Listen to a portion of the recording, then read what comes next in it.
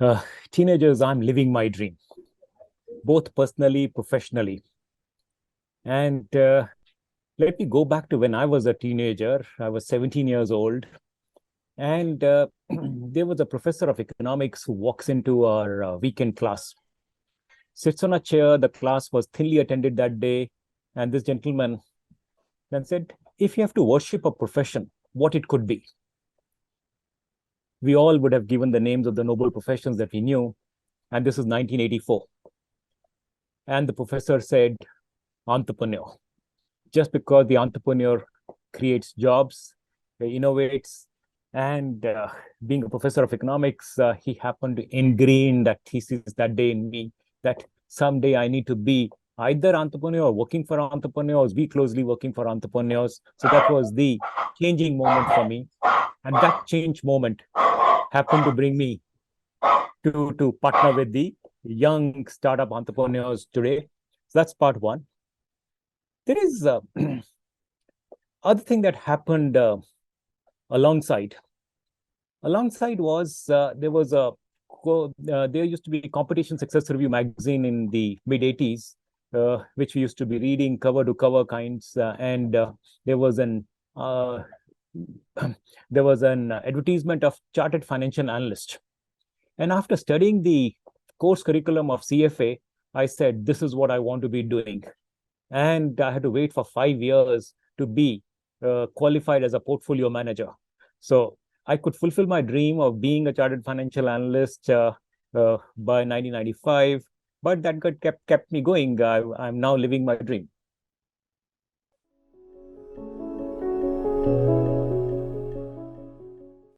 I look for bright, young people who are having a new idea to change the way humanity lives, idea that can make our livelihood better.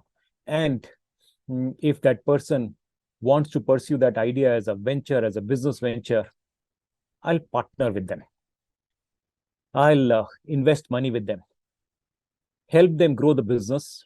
And once the business grows, I want to be free to sell my shareholding and make money so that I can go back and then partner many more such young uh, kids with ideas, bright ideas. This is what I do for my living.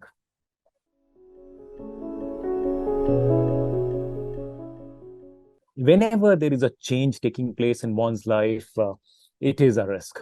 Whether you are deciding what course curriculum to take, what job to opt for, I think the biggest one that I did when I was moving out of Bharti Airtel, working with Sunil Mittal in a fast-growing telecom sector, to launch my own venture capital fund. And to be on your own, to be an entrepreneur, I believe is the one of the biggest risks. There was a risk taken by me earlier when I moved from Dabur to Bharti Airtel, from a FMCG company to a telecom company. But leadership skills are actually generic. They can move from one sector to another sector quite easily. Whereas being on my own in an environment that was not tested, the startup world was not known to India. Venture capital was a new word. Angel investing had just started in India. So starting something early on when it was not proven was, I would say, was exciting. There was there was a pain in my life. The pain in my life was in Bharti Airtel, Warburg Pincus invests $300 million. And in 4 to 5 years' time, they walk away with over $1.8 billion. So they made their money around nearly 6 times in a period of 4 to 5 years. Actually, in that investment round, not a single Indian participated. Imagine that an asset class for a high growth sector like telecom with a leader like Sunil Mittal, not a single Indian made a money.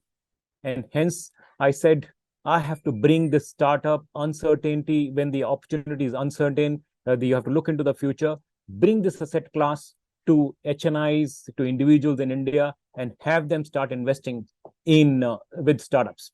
So that's what I started doing. That was the biggest risk that I took in my life.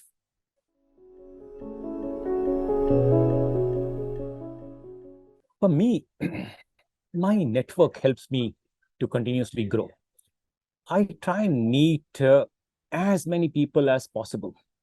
And the biggest change for me was when I was moving from a strategy role to a role of a chief operating officer. I reached out to one mentor of mine and asked him anything that I need to be doing differently to grow. And he said, Sunil, have 5 mentors. In my life, all through, I've always had one mentor. And actually, I've had one mentor since the standard, 11th standard. And this time, this gentleman in 2004 tells me that I need to have 5 mentors. I understood the reasoning that one mentor is not sufficient for all the problems that you come across. You need to be having people who can guide you in any and every sphere of life. And that was a changing moment. I still pursue that. I have an advisory board at YourNest where I can reach out to anytime, every time, of around 8 people. And these are the conscious keepers for me and a guiding force for me.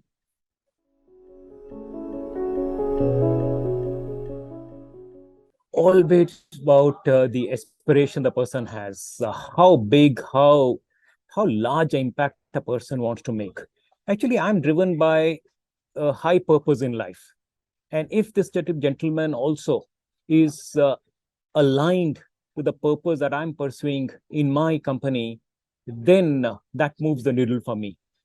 Uh, it, Consciously, the person should be able to say, demonstrate that why this is going to be a game-changing theme for them to be associated with and living this particular with this company or with my company for rest of the life. So that moves me the most.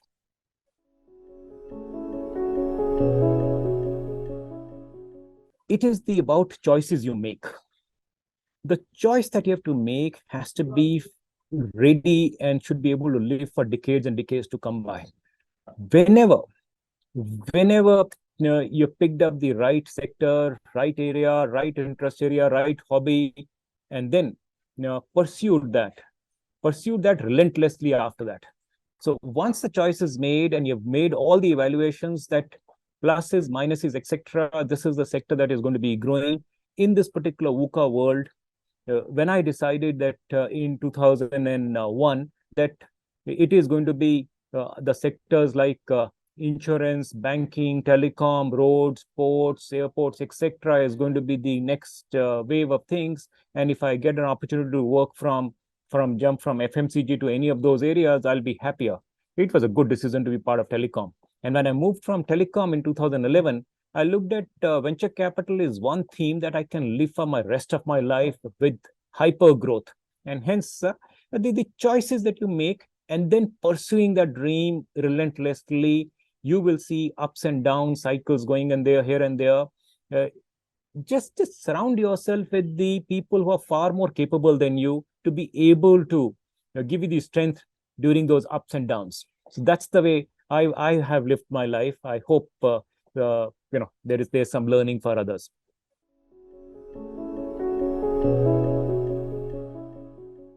The environment that in which I have worked, Dabur 10 years, Bharti Airtel for 10 years, and now being on my own for last 10, 11 years, all these environments been surrounded with the exceptional culture where people are respected. Honesty is respected. I remember 2 management trainees joined me in Bharti Airtel, and within a year, one of them comes to me and says, Sunil, after seeing you and you growing in the professional world, the career growth path, I realize that honesty can be pursued in your career.